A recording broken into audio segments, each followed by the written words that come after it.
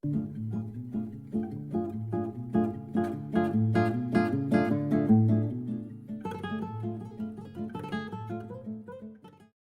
to March and a new week of 5 minutes with Sean, maybe 10. So this is an important week for me because we just got off of the first ever vendor workshop and it really led me down this road of professional growth. So that's what I'm going to jump in and talk to you about today because I think it's really important that if you're going to be in a profession such as outside sales or sales in general, that you should always be working to hone your craft. I heard the tool belt analogy quite a bit on Monday about just adding more tools to the tool belt to have to pull out.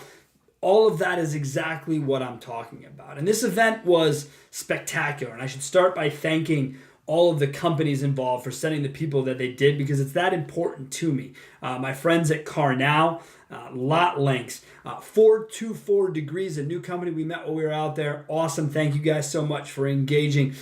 We also had Dealer On in attendance. Again, appreciate that. We had, I might be forgetting somebody here. We had Priscilla from Auto Lead Star there. We had Ad Taxi. We had the Auto Suite folks. We had the Reunion folks. I mean, you guys came out here and you really made this a wonderful, wonderful event. If I've left anybody out, my apologies. But know this, if you were in that room, you meant a ton to me because it was a lot of great information shared. So when we talk about professional growth, I wonder how often do any of you get the chance to do it, right?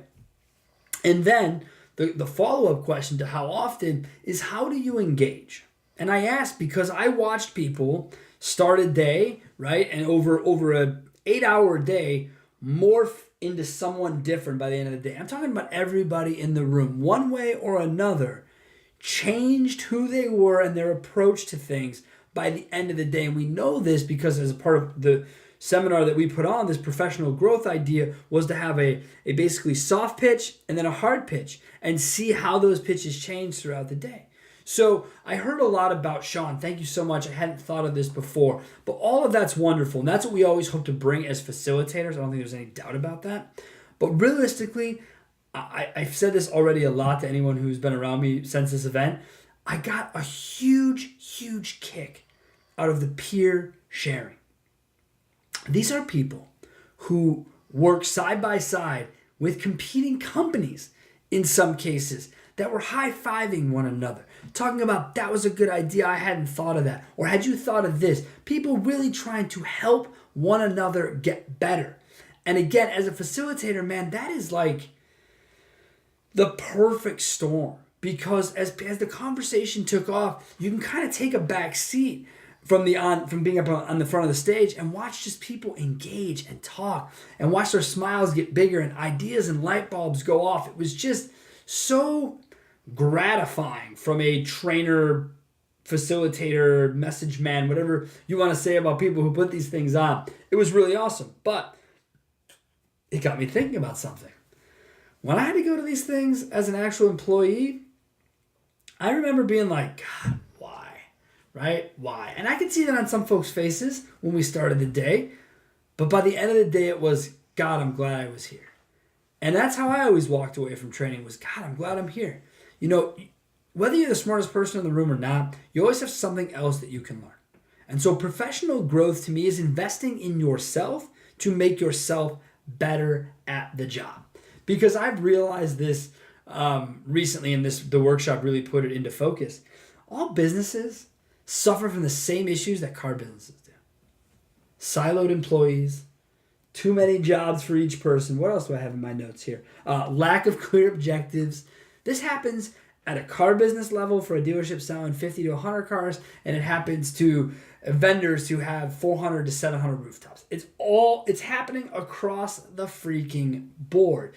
And that's a big part of what I consider professional growth is being able to identify that. You know, I was sitting with a young lady from Auto Suite, Helen, at lunch, talking with her about her job, about what she did. And it kept coming back to, yeah, well, hold on. It'd be nice if I could get to that if I had the time. So, oh, well, you know, you're busy talking to clients. Well, no, pulled in this direction, that direction. I started thinking, okay, so you put someone in a sales position, but you haven't allowed them to still leave whatever position they had behind.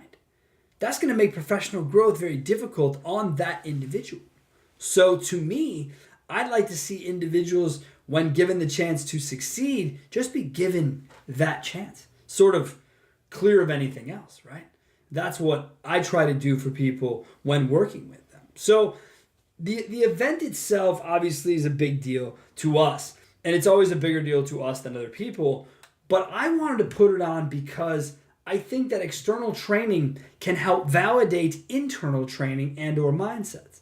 So if you work for a company, because trust me, to get people to come to this event, man, I blew the phones up. I called everybody I knew in this industry who was a decision maker and said, you should do this, you should do this. And those of you, again, who took the chance, this is the kitty here. This is Zen. He's gonna chill. So when this happens with professional growth, what you're trying to do is you're trying to make the environment better. And people who say we don't need training, we don't need internal, producers asking me to remove the kitty. I'm gonna remove the kitty. The idea of external, they said, Sean, we do that all in-house already. We don't need someone else's help. And I find it funny because one of these companies was the same company trying to pitch their training to dealerships.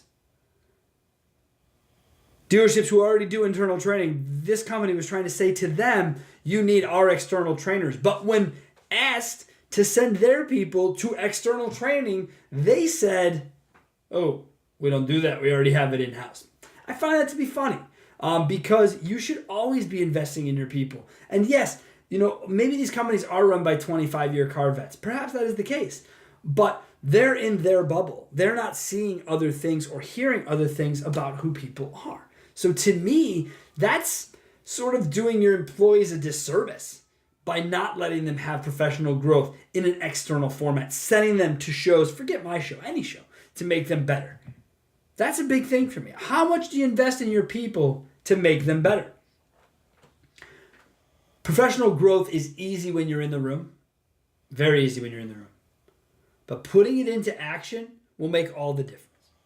So regardless of where you got it or when you got it, make sure that you're actually putting it into action. And not just for the 2 weeks post the event. Because again, that's the euphoria. That's the high of the event. We can easily do this. I can easily say this and move on with my life. But why? Why?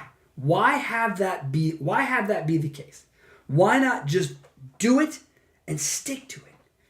And if it works, replicate and replicate again, right? Rinse, wash, and repeat. This is what I want you guys to do when you're growing in your position. Whether you're a salesman at a dealership or a salesman for a vendor, you're selling something. You need to grow with that. It's very important. Some of you may want to read books. Some of you may want to listen to podcasts. Some of you may want to watch things. Whatever is best for you to learn, go do it. Okay? So just remember, when I talk about professional growth, I want to make sure I got all my notes in here. I got tool belts covered. The other big part about the car business, and we said this at the event, there is enough money to go around. Okay? So stop burning down other people's houses to build your own. Be a professional. And being a professional is standing by who you are and setting the standard for yourself and not letting others do it for you. So, professional growth. Take it to heart. Think about how often you do it. If you need more, ask your bosses for it. And again, to all of those who are in Nashville, thank you guys so much. It was a crazy time getting down there for all of us. I'm glad we all made it. As always, the text and phone line, 262-278-0157. You can email me, Sean, at carbizdonebetter.com. Facebook, Instagram, LinkedIn, Twitter. We're on them. If you're there, check us out. Let us know what you think. And as always, thank you so much for your time and have a wonderful week.